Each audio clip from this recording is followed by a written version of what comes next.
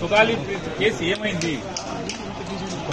30,000 మంది ఆడపిల్లల్ని ఇంటికి తెస్తా అన్నారు. ఏ ఆడపిల్లని తీసుకొచ్చి ఎవరికి అప్పచెప్పారు?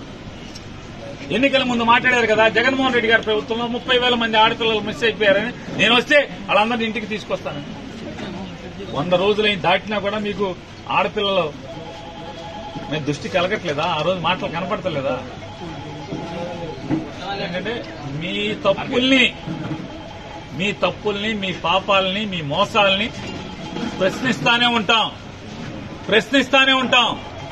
మీ చిల్లరగాళ్లతో చెంచాగాళ్లతో తాగబోయించి మా ఇంటి ముందుకి నా దిష్టి బొమ్మ తీసుకొచ్చో, లేకపోతే డౌన్లు కొట్టిస్తేనో, లేకపోతే గుడివాడలో నా కారు మీద రాళ్లు వేయిస్తేనో తగ్గేది లేదు, ఆగేది లేదు.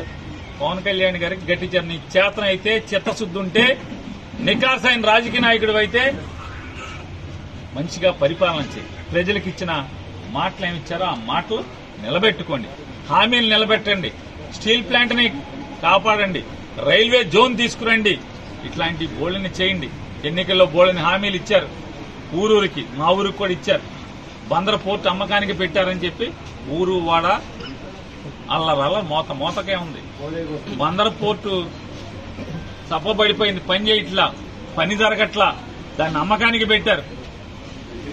పాపాలాపి మెడికల్ కాలేజీ జగన్మోహన్ రెడ్డి గారు ఆ కాలేజీకి అయ్యే ఖర్చు ప్రభుత్వం మీద భారం పడకుండా ఉంటాకి సుమారుగా 150 సీట్లలో 20 సీట్లు, అది కూడా ఎంసెట్ ద్వారా మెరిట్ ప్రకారం 20 లక్షల ఫీజు కట్టుకోండి అని చెప్పిన కాలేజీ మెయింటెనెన్స్ కోసం పెట్టి ఇవాళ బందర్ మెడికల్ కాలేజీని కూడా అమ్మకానికి పెట్టినటువంటి ప్రభుత్వం మీది.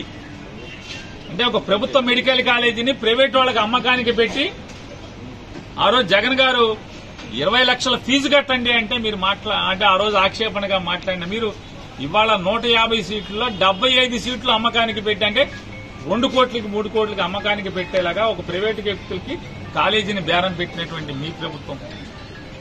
వాటిని సరిదిద్దండి, అట్లాంటి తప్పులు సరిదిద్దుకోండి.